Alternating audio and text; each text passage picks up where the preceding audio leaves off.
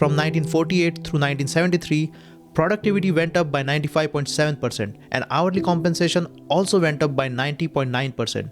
They were pretty proportional. But look what happened after 1973. 1973 to 2017, the productivity went up by 77% and hourly compensation just went up by 12.4%. But let's be real. Every time this conversation comes up, someone says, no one wants to work anymore. Kids these days don't have any work ethics. But let's be real. Is that true?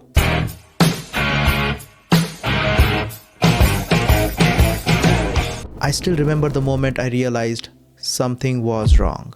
It was a Tuesday afternoon. My coworker Dave sat across from me, was scrolling mindlessly through his emails he already read twice. We had 3 hours left in the workday, but we both were done. Not just for the day, done. Then out of nowhere, Dave just leaned forward and said, "Man, do you feel like we are just wasting our lives here?" I laughed.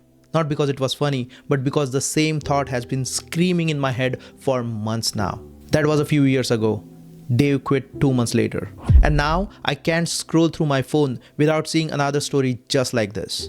People leaving their jobs, walking away from careers they spent years building, deciding maybe, just maybe, work isn't supposed to be like this. But let's be real. Every time this conversation comes up, someone says, no one wants to work anymore. Kids these days don't have any work ethics. In my days, we used to work so hard and spend so many hours in the job and yada yada yada. But let's be real.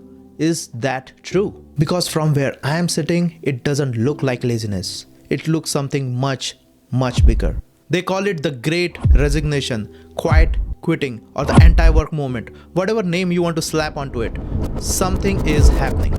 Labor force participation in the US is stuck at 62.6%, lower than the past decade. That means we have a population of 16 years and older who are eligible to work. Doesn't matter if they are working or not working. 66% of Americans say they have no work-life balance. 77% have experienced burnout. 91% of the workers prefer remote work because it provides better balance. And the craziest stat, 48% of the Americans call themselves a workaholic. And they hate it. It's not that people don't want to work anymore. They just don't want to work like this. See, work used to be different. Back in the 50s, a single income could buy you a house, a car, and a comfortable life. Your boss didn't expect you to answer emails at 11 p.m. Your job did not feel like your second identity. And when you clocked out, you were actually off the clock. Then something shifted. The 40-hour work week turned into 50. The 9 to 5 became always on. The paycheck stopped stretching so far, and people finally snapped. Then came 2020. The world shut down, and suddenly everything changed. People work from home, no more commutes, no soul-sucking meetings in the windowless rooms, no more awkward water cooler small talks. And guess what? Productivity did not crash, it soared. 67% of the people said their work-life balance has improved with the remote work. 81% of the desk workers now want that flexibility.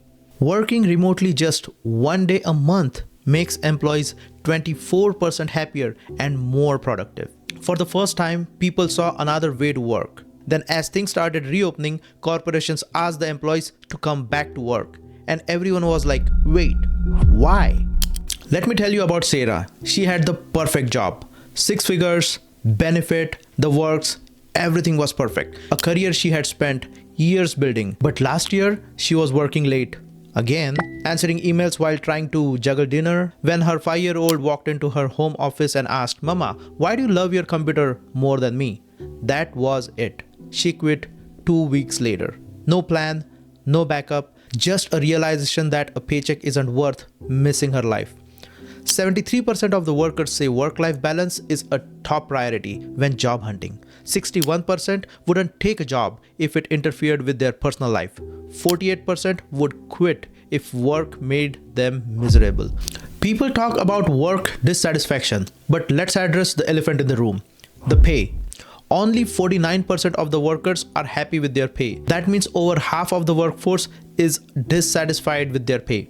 If you look at this graph, from 1948 through 1973, productivity went up by 95.7% and hourly compensation also went up by 90.9%. They were pretty proportional. But look what happened after 1973. 1973 to 2017, the productivity went up by 77% and hourly compensation just went up by 12.4%. If median hourly compensation had grown at the same proportion as productivity, the typical worker would be making at least $9 per hour more than what it is today. That's a staggering number. Workers in low-wage job report significantly lower job satisfaction compared to professional roles, and the gap widened during the COVID-19 pandemic. Fewer than 1 in 7 low-wage workers are considered financially healthy, meaning they struggle with their finances. Lower income workers are less engaged. Only 20% say they respond to work emails outside of work hours, compared to 39% of higher income workers. Salary transparency affects morale. Workers who find out they are earning below the median for their role report lower job satisfaction and are more likely to quit. And while there is a silver lining, job satisfaction related to wages has improved, reaching 57.6% in 2022. It is clear that for millions, the math just isn't mathing. People talk about burnout like it is just an inconvenience, but the truth is it is killing us. 77% of the employees report burnout. People working over 55 hours a week are at a higher risk for depression and anxiety. Long hours can lead to back pain, carpal tunnel, and eye strain. The economic cost of work-related stress is $190 billion a year. And for what? A job that will replace you in a week if you drop dead? People do want to work, but they also want to live. They want to see their kids grow. They want to enjoy their meal without checking emails. They want to work to live, not live to work. And if that makes people lazy, maybe laziness is just another word for sanity. What do you think? I need your little help here. Please rate this video from 1 to 10, 10 being the best, 1 being the worst. And if the rating is less than 7, could you please mention what I could have done better in this video? Please don't forget to like and subscribe. Your fired friend Sushant, signing off.